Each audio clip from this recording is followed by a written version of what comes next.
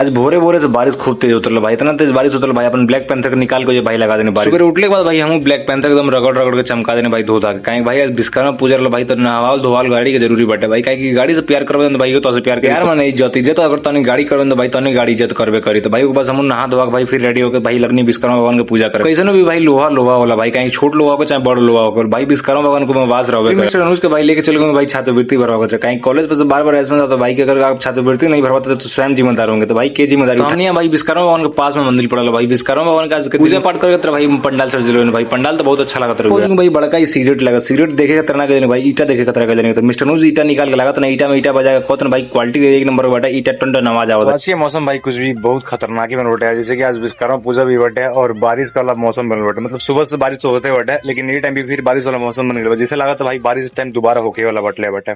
देखल जाए भाई बारिश होता या ना होता, लेकिन विश्वकर्मा भगवान के भाई पूजा बैठे देखल जाए भाई। आज के दिन हमने यहाँ बाजार लगल तब घरे हो तो मम्मी को तो झोरा पैसा लो जाकर सब्जी लेके आओ बाजार से, बाजार में मिस्टर अनुज हम निकलेंगे भाई, 2 दिन को हाथ में झोरा लेकर डर तो ये बात कला भाई मिस्टर अनुज का गिरा मत देना, टगरिंग के छोट बाटे टी शर्ट पहले बाटे भाई, मिस्टर अनुज गिफ्ट कर दिल्ली से लेकर हमारा खातिर टी शर्ट। आज के मिनी ब्लॉग कैसे लगल कमेंट में जरूर मिलते हैं नेक्स्ट मिनी ब्लॉग में।